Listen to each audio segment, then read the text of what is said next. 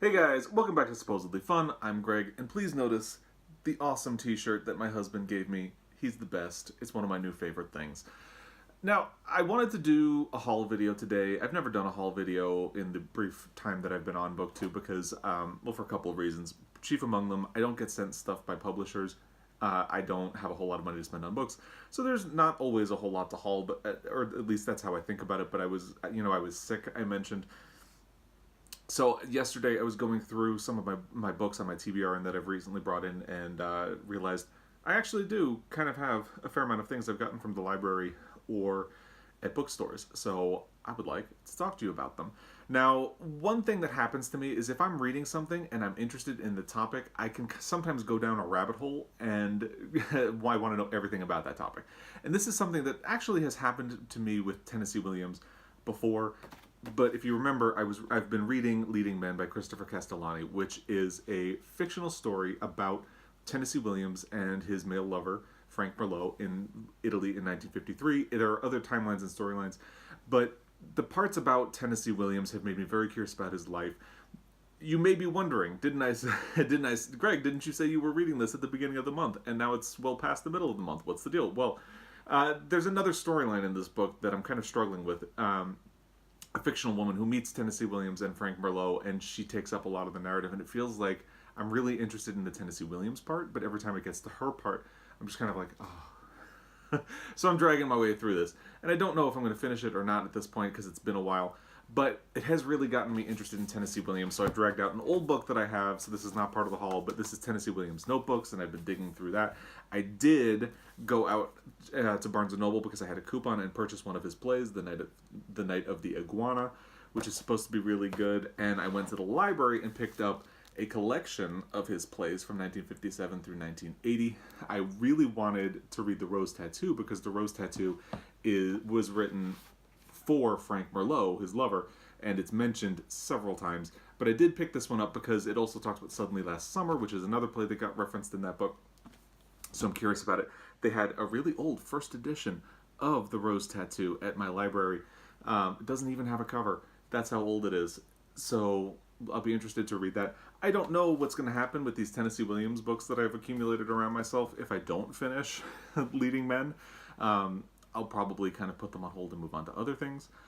But I am really interested in them. So we'll see what happens. In addition to those, there are a couple of digital copies of books that I have been given in advance by Penguin and Random House. The first of these is Occasional Magic, which is True Stories of Defying the Impossible. It's a collection of stories put together by The Moth, so it should be really interesting.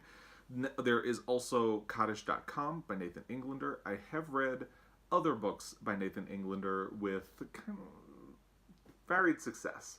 So I'm kind of curious to see where this one will fall on the spectrum. It sounds interesting. It's about a boy who is supposed to mourn for his father every day as part of the ritual after his father dies, and he finds a website that will do it for him.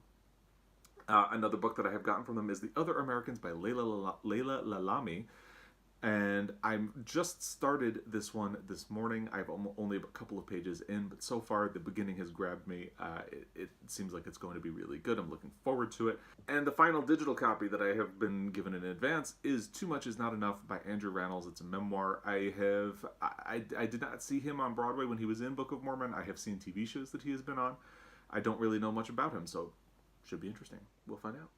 Going back to the library for a moment, I have two other books that I've gotten from the library. The first is House of Stone by Novuyo Rosa Chuma. I don't know if I said that correctly. If I did, I really apologize. I found out about this book from a video that Simon over at Savage Reads did. It sounded really interesting. It is about, it's set in Zimbabwe, I believe. Yes, modern Zimbabwe. A teenager goes missing. There's a creepy lodger. It sounds really interesting. It's about exploring the persistence of the oppressed in a young nation seeking an identity, but built on forgetting. Well, I'm sold. It sounds really interesting to me.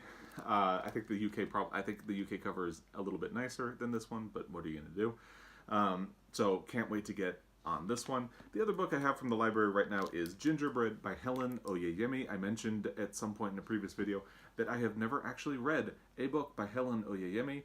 And it feels like this is going to be a good place to start. It plays with fairy tale tropes, and that sounds pretty cool to me. And now we get into some books that I have purchased. First one I mentioned already, it's Conversations with Friends by Sally Rooney.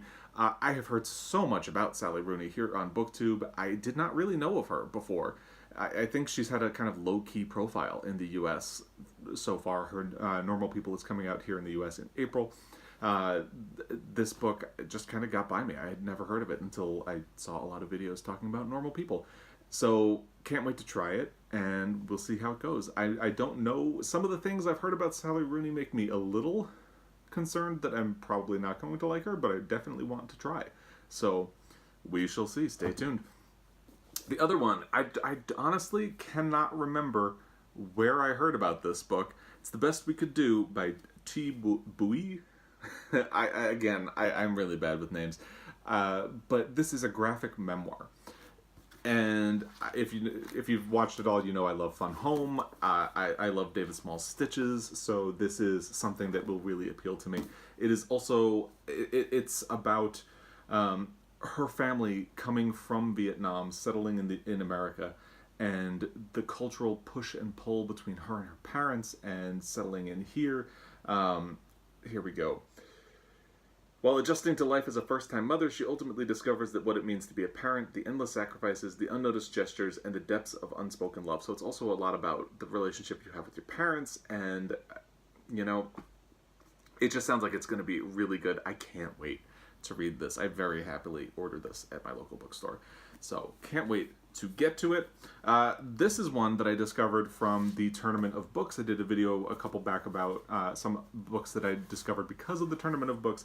This is the one from this year that I have actually picked up. It's Speak No Evil by Uzodinma Ewela, who's the author of Beasts of No Nation. It is a novel. It sounds really good. So far, this is the only book that grabbed my attention from the Tournament of Books this year.